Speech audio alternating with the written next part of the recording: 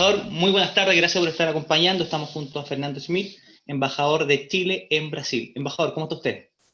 Muy bien, y muchas gracias por la invitación. No, a usted por acompañarnos.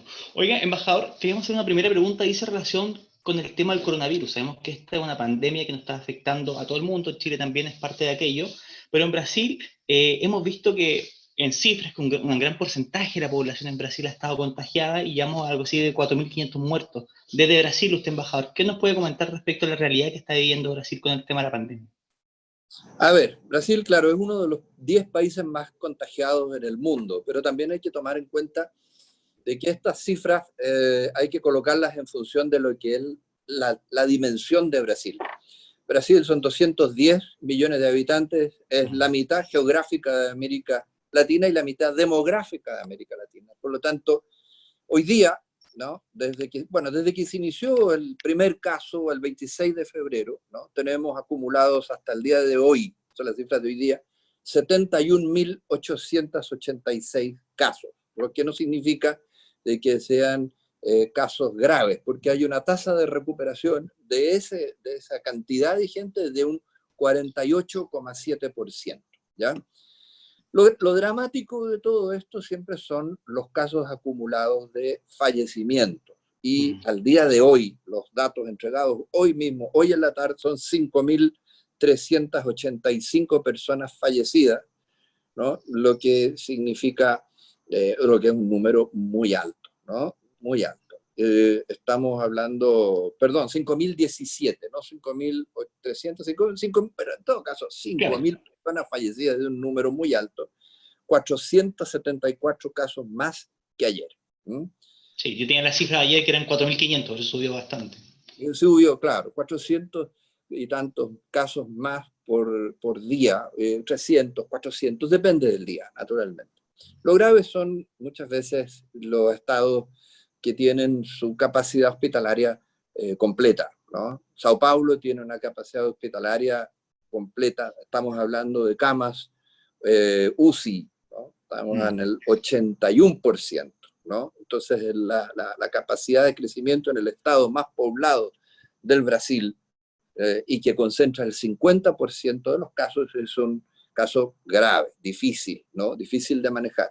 Tenemos el estado de Amazonas, donde ya ahí la cantidad de camas UCI definitivamente es inferior a la cantidad de casos que hay en Brasil. Lo mismo está pasando en Ceará, que está próximo ya a copar la capacidad, en Río de Janeiro, en fin. Lo que se ve es un panorama muy complicado. A eso hay que agregarle también que hay que considerar las subnotificaciones, que no se sabe cuántas son.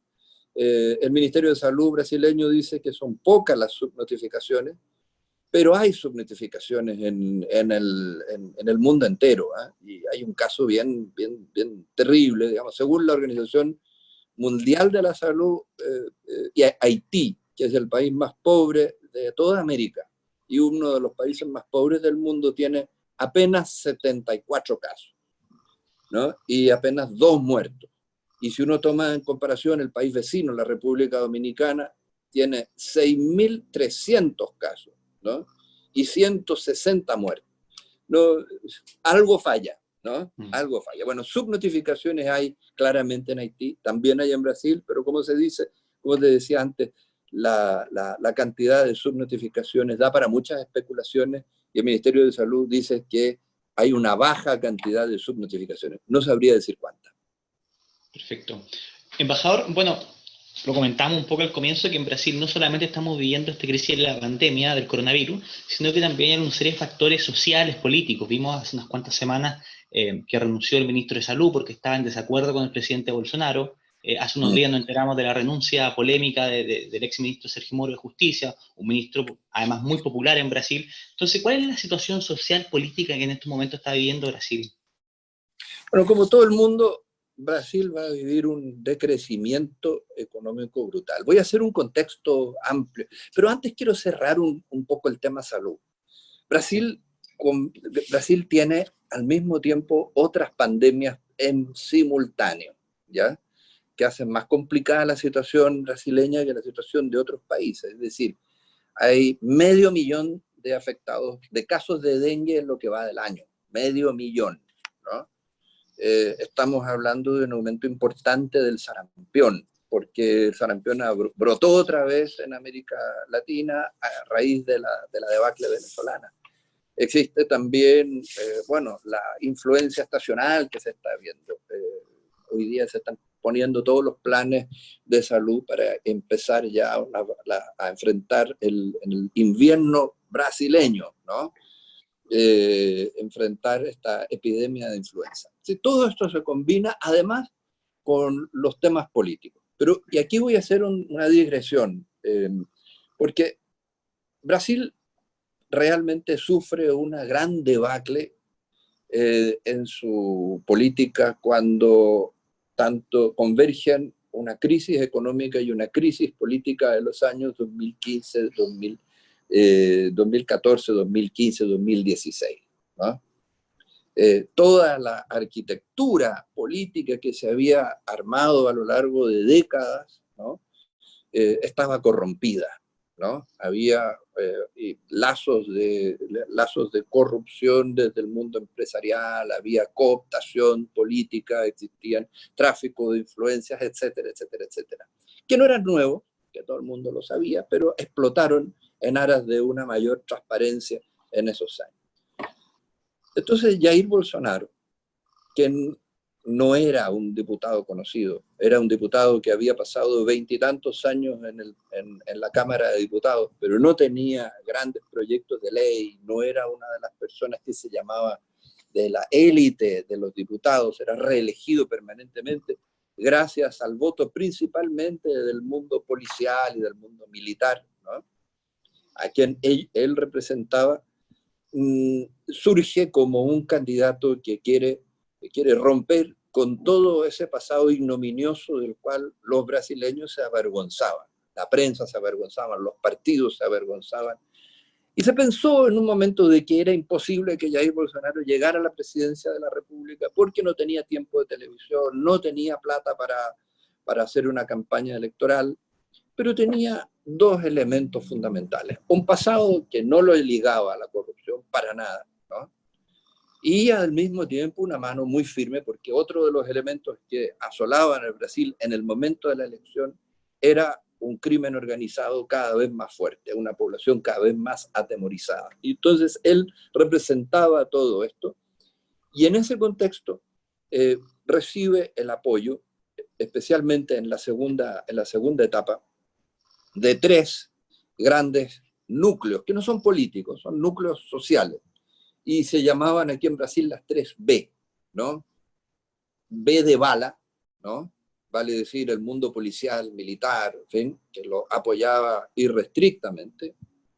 B de Biblia, el mundo evangélico, que había venido ocupando en la historia, en los últimos años en Brasil, un peso cada vez más importante en el Parlamento, y B de buey, porque era el mundo rural, ¿no? Que también veía que lo apoyaba fuertemente, especialmente en lo que significa los elementos de la ruralidad, que era salvaguardar la propiedad de las personas que venían a ocupar las propiedades rurales, salvaguardar el carácter exportador del agronegocio brasileño. Esas tres veces convergen, llega al gobierno con un porcentaje importante de apoyo, y a él se suman, ya para gobernar, diría los siguientes grupos políticos o sociales más bien, ¿no? Todos los seguidores de un filósofo llamado Olavo de Carvalho, ¿no? Un filósofo que radica en los Estados Unidos y que tiene ideas muy, muy, muy particulares sobre lo que debe ser el mundo. Tiene mucho que ver con una reforma radical de la sociedad, de nuestra sociedad, de la sociedad brasileña, del mundo en su conjunto, que no creen en las organizaciones internacionales en principio, en fin, no voy a explayarme más. No tenía programa económico, y entonces un segundo pilar es el pilar económico, que se lo presta más o menos a fines del 2018 Paulo Guedes, el ministro de Economía, a quien le da totalidad, un fuerte apoyo para que él pueda hacer en la economía, pueda actuar en la economía. Y también Sergio Moro, el zar de la anticorrupción, que no solamente en Brasil, sino que en el mundo entero tenía un aura de incorruptible y una persona que era el encargado y fue un fichaje importantísimo para el programa político de Jair Bolsonaro. Que se desmorone a Sergio Moro, que Sergio Moro salga del poder, digamos, es un elemento complicado. ¿Por qué sale del poder? Bueno, Sergio Moro acusa al presidente de la República, tendrá que demostrarlo, claro, para eso hay una investigación en el Supremo Tribunal Federal, tendrá que demostrar de que él quería, ¿no?, interferir en el actuar de la Policía Federal. La Policía Federal es una policía que pertenece, que se trata de todos los casos de la Unión, ¿ya? Porque las demás policías son policías que están a cargo de cada uno de los estados o cada uno de los municipios. Pero la Policía Federal es autónoma, es un ente autónomo, se rige por el artículo 144 de la Constitución brasileña y requiere de que esa autonomía sea respetada escrupulosamente. Sergio Moro lo acusa, por lo tanto, de que el presidente de la República quiere interferir en esa autonomía de la Policía Federal y ante eso él no se va a rendir, ¿no? Y por lo tanto provoca su salida. A eso hay muchas acusaciones, que sería largo detallar, pero yo creo que es mejor que sigamos con un esquema de preguntas y respuestas, para poder Feliz. responder. Muchas gracias, embajador. Embajador, bueno, a propósito también del presidente Bolsonaro, se ha generado un debate que estamos viendo a nivel internacional con respecto a las medidas que él está tomando de cara al tema del coronavirus. ¿Cómo se está llevando este debate en el mismo Brasil? A ver, aquí hay que tomar dos cosas. El presidente Bolsonaro está terriblemente angustiado por lo que es los efectos del coronavirus o de un aislamiento frente a un grupo de personas que son informales, que no tienen un trabajo formal o que tienen un trabajo muy precario, a los cuales el salir a trabajar para ellos es una necesidad, es una necesidad. Y entonces él encarna ese deseo, ¿no? Y dice, esto no puede seguir así. Es muy discutible la forma como lo ha hecho, ¿no? Porque ha salido a la calle, porque se ha rodeado, no se pone máscara, etcétera, etcétera. Y las semanas previas ha ido burlándose, entre comillas, de las recomendaciones del mundo científico y colocando en perspectiva todo esto. Ahora, a eso se une el que hay una pelea personal o hay discrepancias personales entre él y varios de los gobernadores de los estados. Este es un estado federado. Por lo tanto, los gobernadores aplican las medidas de restricción, de cuarentena, de aislamiento social, de distanciamiento, ¿no?, que les parecen adecuadas. Por lo cual se produjo una colisión entre el deseo del presidente Bolsonaro, ¿no?, y los gobernadores por una parte, y también parte del staff del mismo Ministerio de Salud, ¿no? Entonces, se veía que no existía una línea única de conducción y ante eso salió finalmente el ministro de Salud, a quien lo acusó Bolsonaro de no ser una persona que sigue órdenes, que era demasiado, se creía demasiado, digamos así, y no respetaba. Bolsonaro, no nos olvidemos de que es militar, es de formación militar, no respetaba la jerarquía. Claro, entonces eso le pasó un poco la cuenta. Le pasó la cuenta y salió el ministro de Salud, y hay algo de eso también en la misma salida del ministro Moro.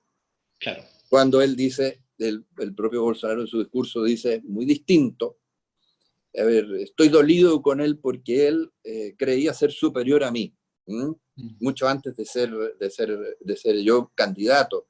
Yo lo admiraba, pero veía que existía un cierto desprecio hacia mi persona y yo lo admiraba, pero es muy distinto convivir con una persona que tiene este nivel de popularidad. En el fondo había algo de línea de mando vertical. Así es. Embajador, ¿cuál es la situación de los chilenos residentes en Brasil? ¿Tienen alguna especie de catastro de la situación de ellos en estos momentos en Brasil? Estamos en contacto permanente con ellos a través de nuestros 3 consulados, 4 consulados, hay uno en Brasilia también, y los consulados en Porto Alegre, en Río de Janeiro y en Sao Paulo. Los chilenos, la mayor parte de ellos son personas que ya viven aquí hace años y por lo tanto están con su trabajo, personas. Nosotros hemos tenido una cantidad bastante grande de personas que llegaron de turismo o que eran personas que estuvieron aquí de paso, transeúntes, por otras razones, no turísticas necesariamente, y que hemos tenido que arreglar sus vuelos de vuelta. Hoy tenemos un núcleo de menos de 100 personas todavía esperando salir de Brasil.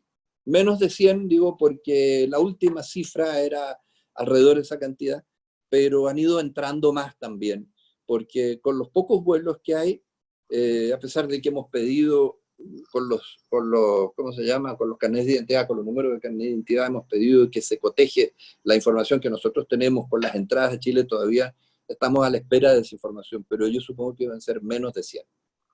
Perfecto.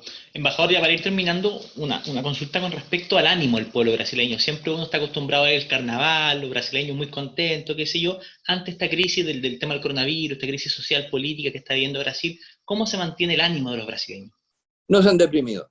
El Brasil no es un país de grandes depresiones, ¿no?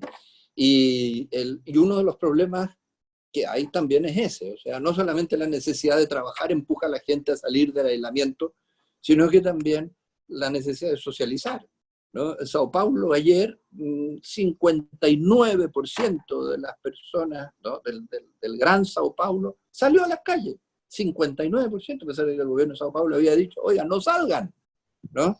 Bueno, quiere decir que el aislamiento, ¿no? es respetado por pocas personas.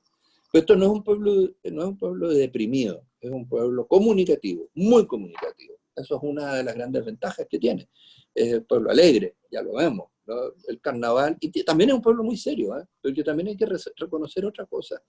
Este es una gran potencia, no gracias al carnaval, esto es una gran potencia gracias a su genialidad industrial.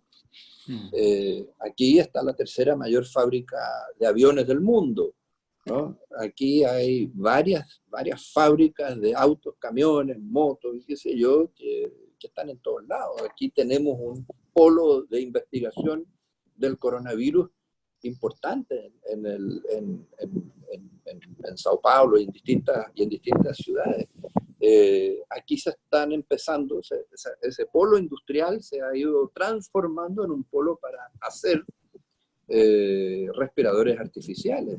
Y nos sorprendimos con la noticia que ayer, ¿no? anunciaron la entrega, antes de fin de este mes de abril, de 272 respiradores y la entrega en los próximos 3 meses de 14.100 respiradores.